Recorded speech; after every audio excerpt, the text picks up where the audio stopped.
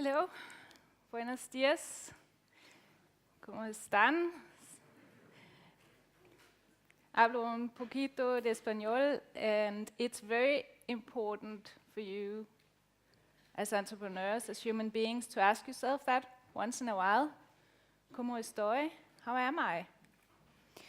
My speak is about giving more to get more, but it could also just be called something about happiness, because I'm going to jump a little bit to my conclusion here, and when you give more, you get more happiness. Because the goal, I think, of every action human beings ever do is, when it comes down to the bottom of it, always to get more happiness.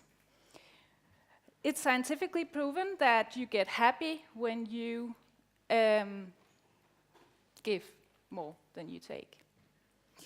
I'm invited here to tell a little bit about my story as an entrepreneur, my life, how I came to where I am today. And most of you don't know me, but I am originally from Copenhagen.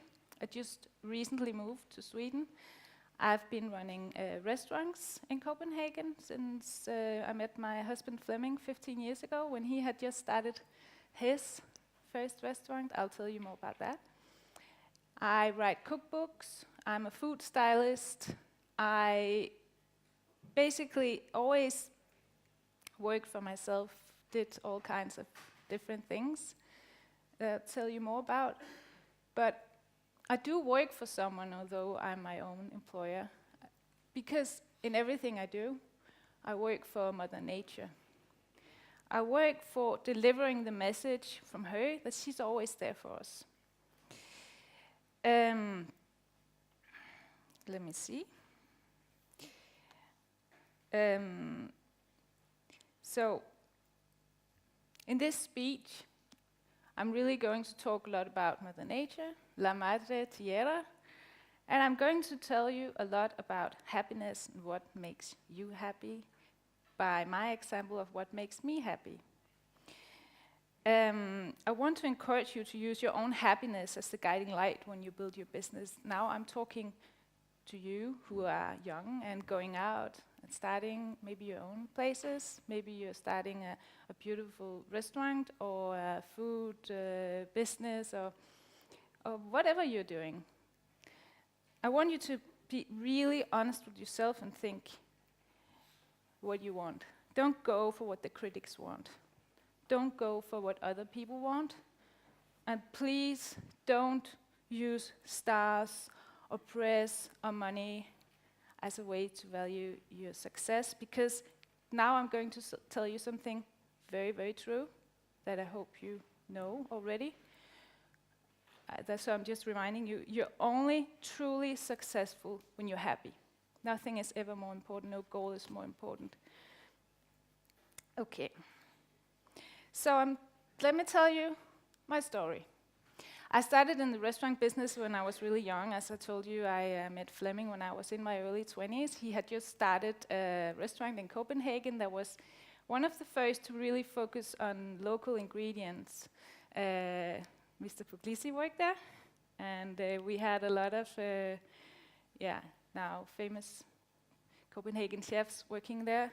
But what was so amazing about this restaurant was that we got vegetables in straight from the farmers. That was not so usual back then as it is now. In Copenhagen, it's very usual now. It's a very good place to eat vegetables. If you ever feel like going to Copenhagen, go and find those places where they get the ingredients straight from the suppliers. I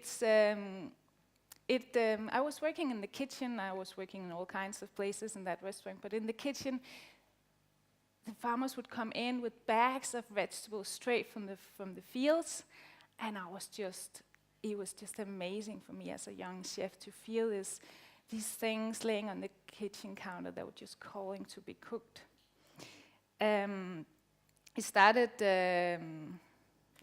there. I was working with some talented chefs and these amazing ingredients, and the farmers who really inspired me to become what I am today. But then the financial crisis hit Denmark like it did in Spain too. Not as hard as it hit you, but it hit us so bad that we had to close down the restaurant. Which was fine, because I had just finished my college degree, my university degree in communications, and I was supposed to go out and get myself a real proper office job. Sit at a desk, a comfortable desk for many hours. But it just didn't really seem to be calling for me, and I had a problem when I was at home, because I had always loved cooking since I was a child. I'd been cooking 3-course meals for my parents since I was just 10 years old, and it really made me happy to cook. But after I had been at this restaurant working with these amazing ingredients, I was in my own home kitchen, going to the supermarket to buy my vegetables, and I just felt I couldn't cook anymore. I tell you a thing about Danish supermarkets, it's not much fun. It really es muy divertido. It just didn't, something was really missing from my life. So what does a clever girl do when she misses something in her life? In my case, vegetables. I opened up a vegetable shop. So Din Baghave was opened in 2010, and it was the first shop in Denmark to only get things straight from the farmers. And I would take my little van. I started this project with a partner who later, a few months later, actually quit because it was too hard. But we started in our little van, and in the mornings, early in the mornings, we would drive out to the farmers, organic and biodynamic farmers, or just the people who had the very, very best things. On Mondays, we would go west. On Tuesdays, we would go south. And on Wednesdays, we would go west again. And then we would go to pick up things from farms. Eggs, carrots. These guys were good with berries. These guys were good with something else. And then we took the things into Copenhagen and sold them. Some of them were harvested the same day. So it was really, really fresh. And it was really, really hard for me, but this was the only way I could get the same vegetables out to normal consumers that I had been used to working with at the restaurant, because there just wasn't really a supply chain back then. I think it's getting better now.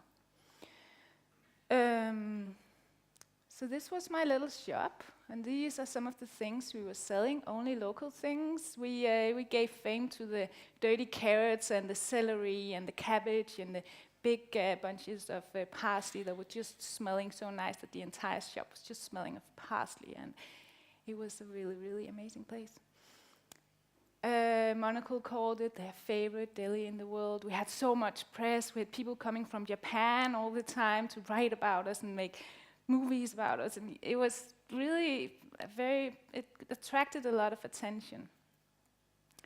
But I also got my second daughter, Sally, when I opened my second shop. Din Baghave was only open for 3 years, but I opened 3 stores and 1 shop under a roof during that time. So 4 shops, loads of employees, loads of things I had to deal with in front of the computer, which was not really I don't like sitting in front of the computer too much. I like to cook. I like to do things like this. So even though Sally, she was a very patient baby and she went to work with me, it all got too much. And actually, mainly because I just couldn't make money on it. I was working myself to death trying to make a way that I could make money on it. And this is rule number 1 in any business. But for sustainable entrepreneurs, it's just so important to remember nothing is sustainable if you don't make money. Maybe a lot of you are sitting here and want to go out and change the world with some amazing idea you have. It's great. We need people to change the world. But we do have to do it on a foundation where we have something to give, and we don't have anything to give if we don't have anything. And money is energy. Just like your energy to do your work is energy. You can't give when you don't have. So what happened? 2012, 3 years later, almost 3 years later, I broke down. And I'm losing my notes here because I'm just talking and talking and talking. Fuck. Okay. My body stopped. I couldn't work anymore. I couldn't think anymore. I couldn't feel pleasure. I couldn't see colors. I couldn't feel the touch of my kids. I was not able to sleep at night. I was not able to calm down without a glass of 2 of red wine every day. Working too much, too hard for too long almost made me lose my sanity, and it almost destroyed my life, I thought, at first. Because this photo is taken before I broke down, but that's 5 days after I gave birth to Sally, and that's some of the first press photos that were taken, and already then I can see how tired I am. Of course, I just gave birth to a baby. That's why my boobs are so big compared to now. So, so I had lost everything, I thought. And it took me all this, losing everything, to give up on my dream, because I really thought it was a good dream. I was working for Mother Nature like I wanted. I was delivering her messages. I was opening people's eyes to all this beautiful thing that you could eat and treasure. But at the same time, I was working against my own nature. I was destroying myself. So when you lose everything, it's a really good reason to step back and think, how could I live my life in a way that I really want? What do I want? It's actually a really, really good question to ask yourself once in a while. Probably you Spaniards are better at this than us people from up north. But asking yourself, what do I want? It's not the stars you want. It's not the fame you want. What you want is a life where you go out every day and like what you do, because that's happiness. It's not the future goal that makes you happy on an everyday level. It's very important to ask yourself, and what did I want from my life? I spent so much time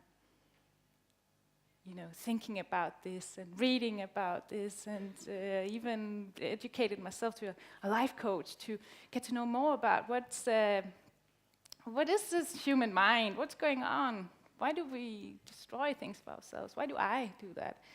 So what do I want from my life also is all about what do I want from my business. And what I found out was that I want freedom. I want time for the things that are important for me. My kids, the work that I love. I want to wake up to what's calling for me. I want to spend as much time as possible on creativity. I work as a chef and a stylist, and creativity is so important for me because it nourishes my soul. It makes me happy. I want a life where I have as much flow as possible. I want meaningfulness, and I think we all do. And that's also why I think it's a really good idea when you're going out to start your own business that you think a little bit about how can this give meaning. And that's why sustainable entrepreneurship is so great. It's a part of being a sustainable entrepreneur is that it does have meaning to more people than yourself. I want to be close to nature. I want to have good health so I can have the energy to do all these things. Because without that, the health is not really worth anything. So it all sums up to this final goal. Everything, all these other points, it all sums up to I want to do the things that make me happy. Happiness is always the main goal. So I was still pretty devastated. I still really couldn't work as a chef. I still really couldn't use my brain too much. I couldn't really remember too much. It took me almost 4 years to get back on track. It's 4.5 years ago now. And I am completely recovered now. But it takes some time when you really destroy yourself like I did. And what does a clever girl do? So this is a little quiz for you. when you're madly in love with food, but you don't have the guts or the money or the physique or the creativity or the skills to work as a chef or to own a restaurant, what do you do? Do you have any suggestions? Something easy? Okay, I'm going to tell you. I worked as a food writer, of course. I wrote about other people's food. I worked as a food critic. I worked as one of these people who go out to restaurants and write about what other people did wrong or what they did right. So I did that for a few years. And many times I was sitting there at restaurants asking myself, after spending another 1,000 euros on a meal for two, did it actually make me happy? I was really investigating this thing about happiness a lot. And many times it didn't really make me happy. And many times I met chefs, I was doing chef portraits, and they didn't really seem happy to me. They said, woohoo, I gained my 3rd Michelin star. Yes, but you never get to see your kids. There's a lot of that going on in the restaurant business, and that's also why I'm really happy to be standing here. I hope that some of you will think a little bit about how future goals are not what makes you happy. Please remember, again, restaurateurs, chefs in the room, you're not truly successful unless you're happy. But the years passed, and in 2014, I felt like cooking my own food again. I didn't just want to write about other people's food. So we had this amazing opportunity of opening a restaurant at the rooftop farm, the first rooftop farm in Scandinavia, called Østergro, Flemming and I. So this is us working up there. Actually, you can see the guy out there in the right. He's from the school. That's Alex. He was one of my favorite employees, with Claudia, who's also here today. We like Spanish people. Oh, there she is. Yeah, you'll see more of that later. So we opened this place. The restaurant is placed inside the greenhouse. There's crops. It's not for us. It's for the members of the rooftop farm. So we still had the food straight in from the farmers, biodynamic and organic farmers close to us. So I'll tell you a little bit about how we work there. Because now I had been spending all this time investigating my soul and what makes you happy and writing about other people's food and finding out, what is this? So we worked with the principles that I had sort of summed up during those years of self-investigation. And the thing we've realized was that we have to make this restaurant on a foundation of giving more all the way from soil to plate than we take, and pass the good energy on as much as we can. So we only worked with farmers who cared really well for their soil. So mainly biodynamic farmers. We have some wild things and also some organic things. But we couldn't work with conventional farms because a lot of conventional farming does not give more back than it takes. It depletes the soil from minerals and it removes topsoil. And that's the exact opposite of giving more back than you take. Sustainable farming give more back. That's a beautiful thing. They create food, but they also build up topsoil, make a better world for our children. So of course that was an obvious choice. We wanted the food to be as fresh as possible, so we got new things, and we were open 4 days per week because we wanted to have some days off with our kids. We were only open 4 days. So we got new things in at least two times. So every second day we got fresh things in, and some of it we harvested ourselves on the way to work, or So it was always as fresh as possible. And we make really simple food because that's also a way of keeping the energy high. It's very vegetable based, our kitchen. I'll show you a little photo of some food. This is one of the classic dishes we would make. It's just carrots cooked in brown butter really shortly, so they're still crispy. It's sea buckthorn, a little bit of cocoa nibs, cacao nibs that we talked about yesterday. I don't know who was there. And just herbs, just fresh herbs and flowers, and Mother Nature really does a good job. The farmers do a good job, so I don't have to work so hard as a chef. But that also makes me able to still have as much freshness in the food as possible, because I don't prep anything. We start in the kitchen at 12 o'clock, around noon, right? I'm asking you. Yeah, we start around 12, and the 2 people cooking for 50 people every night, 6 courses, an empty fridge, always an empty fridge. We don't reheat things. We start over every day. And another thing that's really important in our kitchen, in a way that we give more back than we take, is that we don't yell. We have fun.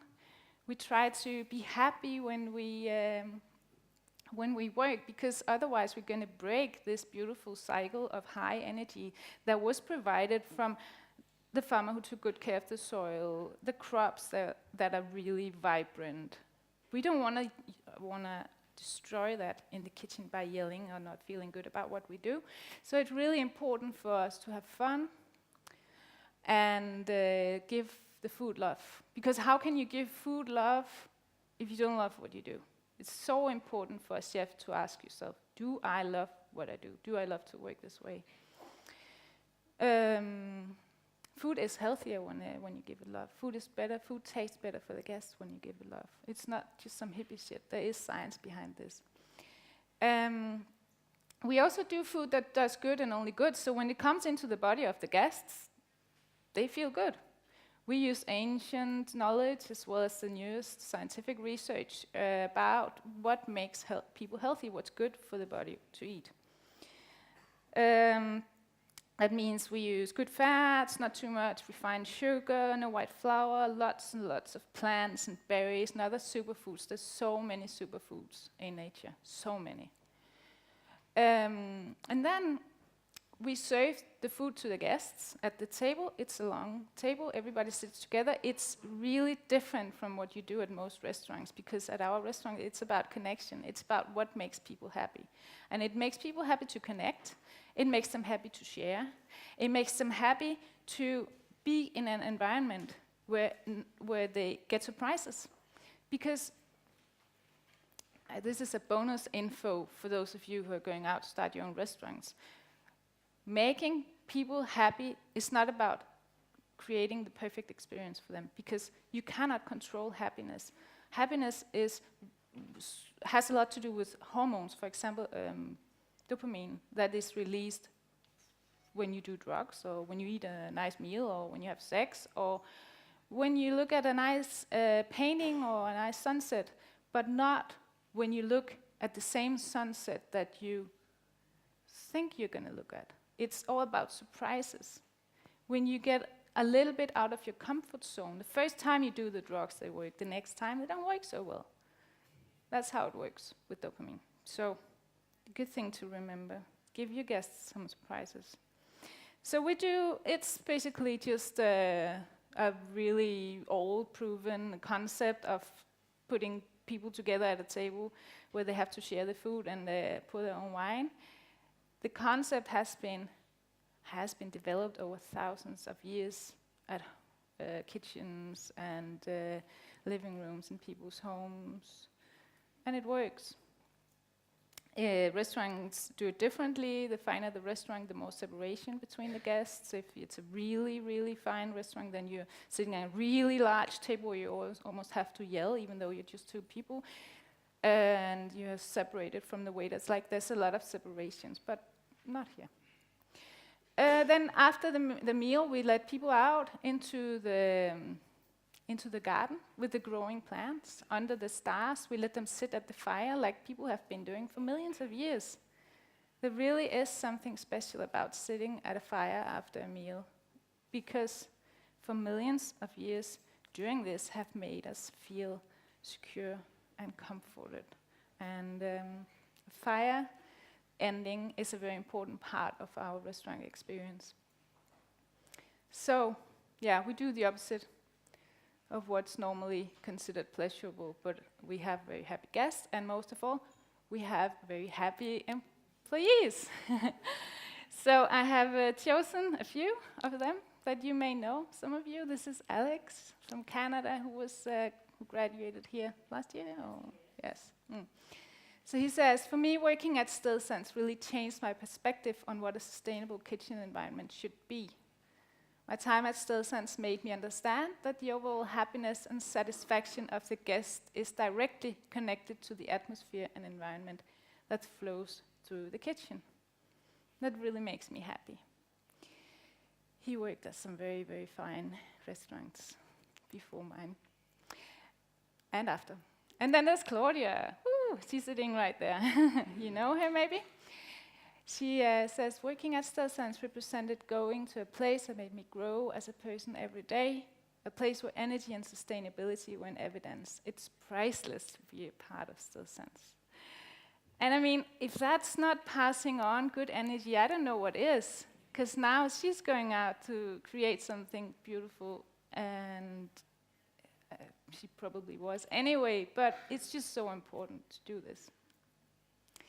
So, we don't have the restaurant anymore. It was a huge success. It was fully booked for 2 years in a row. It got so much attention. Everybody wanted to eat there. It was like the hot ticket of Copenhagen. But we gave it all up, and we sold our house, and we moved to Sweden 5 months ago, almost, with our kids. And we used the last money we had to buy a forest, a 7-hectare forest, where we're going to create a new restaurant that's even closer to nature, where we can even more get this message out from Mother Nature that she's there for us. We will have people, well, actually I'll just show you a little video, and then I'll... To inspire people to bring nature closer to their lives, also when they get back home. And we definitely had our ups and downs. For this project, we have sold our house, we closed down our amazing restaurants. So from here, there's actually no turning back. Now we are getting pretty close to what we think is the perfect restaurant experience, and we want to create that out deep in a forest. Hi, I'm Mette. And I'm Flemming. Together we have the project StealthSense, which is Danish for a sense of location. For more than 20 years we've been working with local food. The beginning was just because it tastes better, but then we got older and wiser and found out that what tastes better is actually better for ourselves and our surroundings. And then it suddenly became very meaningful to work with food. And we have had restaurants, a veggie store, we do lectures, always trying to inspire people to eat locally and with good ingredients, showing that it's really easy to cook like that. So now we've sold our house. So we didn't really know what to do right before Christmas. So we thought, we need some money to get this project started. We have all these amazing dreams, but we don't know how to make them come true without money. So we started a fundraising campaign, and within the last month or so, we raised more than about 150,000 euros, and that's that's from 732 people from all over the world. It's quite amazing. So this dream is really coming to life now, and we can't wait to open in the summer 2017, hopefully, if everything goes well. I have a final little message for you. I just need to remember what it is. Okay, now I've told you my story, and I don't want you to go out and do the same as I did. And I definitely don't think you need to break down as hard as I did to get to the place where you can actually ask yourself what you want. I think it's much wiser to do it before. So I hope that some of the young people out here who are going out, starting their own businesses, are just going to ask this simple question: what makes me happy? And really investigate that. What do I need? What do I want to bring into the world? Because if you need it, if you have something you need, like I needed the fresh vegetables, probably someone else out there needs it too. And and just think about that. Maybe the answers to these questions is not always the stars or the recognition or the list rankings. So it's not that end goal that's important. It's the everyday tasks you do. It's really just working with good people, with good ingredients or whatever makes you happy. Happiness is just always what matters. So that's it. I have